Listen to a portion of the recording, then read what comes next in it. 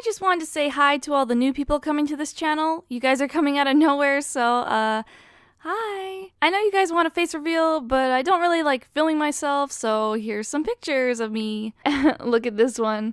Dweeb. Now that's out of the way, let's get into this video. Like many kids, I was terrified of the dark. Where does that fear even come from? One minute I was an oblivious kid playing with some Legos, and the next I was getting worked up about what could be under my bed. I usually had a checklist of things I did to make me feel more at ease though. My drawer and closet needed to be shut, my door needed to be open, and the hall light needed to be on. Now the monsters can't get me. My parents would eventually close my door anyways, so I would have to be in the dark, but I eventually got over it. My parents didn't allow me to watch any scary movies, but I remember watching some episodes of Courage the Cowardly Dog when I was like 4, so I kind of blame that for my childhood nightmares. My parents couldn't afford a nightlight at that time, and they were afraid if they got one that I would mess with the socket and get electrocuted. You can just buy them at the Dollar Tree these days.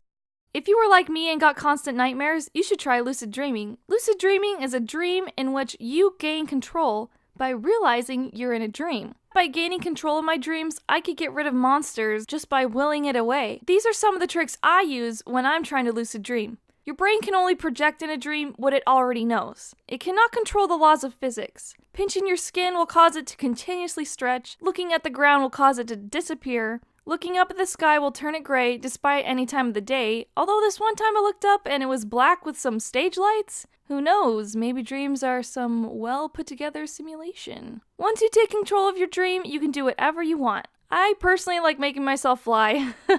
When you get older, the least of your problems is imaginary monsters. Relationships, school, and work tend to take over. I honestly don't remember sleeping much in high school. I honestly don't remember much of doing anything in high school. I would procrastinate until late at night to do homework and then get up early to go to school. Do that for a few years and the rest of your life you'll have nightmares about failing tests and being late to class. I guess those are more stressful than scary, but still. There were many things that terrified me as a kid. The Chuck E. Cheese singing robots, the guy in the Chuck E. Cheese costume. Strike that, anyone in a furry costume actually. Clowns, bugs, closed spaces. My older brother, we beat each other up a lot. Now time for some spooky stories. Hey, what's up you guys? Yes, it's time for another creepy video.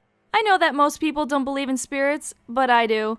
I don't think they can cause harm, but I do believe that there are good and bad spirits walking among us. For instance, when my brother was a little baby, he used to do this thing where he would follow something walking across the room, but no one was walking in the room at all. Before my grandma died of cancer, she would complain about loud people talking in another room, but there wasn't anyone there. I like to think that both someone at the beginning of their life and someone at the end of their life could probably see beyond the veil. I had rented an apartment for school recently, and I honestly think the room I chose was haunted. I didn't notice at first, but the door would shake itself during the day for no reason. It was completely shut, but it would bang like someone was hitting it. I figured it was a draft or something. When I worked on my computer, I kept seeing movement near the door, but I figured I was just seeing things. One night I was writing a script for a video when my computer decided it wanted to force update. It was working fine, I didn't need an update. So I got tired of staring at a "don't turn off your computer" screen, so I decided, I guess I'll go to sleep. I was having trouble finding a comfortable position. I opened my eyes and looked over to my door. Standing right in front of it was a silhouette of a man with a small hat and a beard. The outline of his beard threw me off. I almost chuckled thinking it was some kind of hipster. I was ready to smell coffee coming from his biodegradable cup. I didn't want to move or speak. I stared at him for about 7 seconds before I shut my eyes. Go away, go away, go away, go away, please. When I opened my eyes, he was gone. I immediately called my friend Megan. She actually sees auras and spirits, so I thought I would get her opinion about what to do next. I told her that something visited me in the night, and she freaked out. She had visited my apartment a few days before, and she said she had seen something peeking through my door. She drew me what she saw. I never told her he had a hat. She had felt weird vibes coming from the hallways, but thought she was just seeing things. If what we had seen was real, something was in my complex and had moved from the hall to my door to now inside my room. The thought of him being at my bedside next spooked me too much, and needless to say, I left for home that day.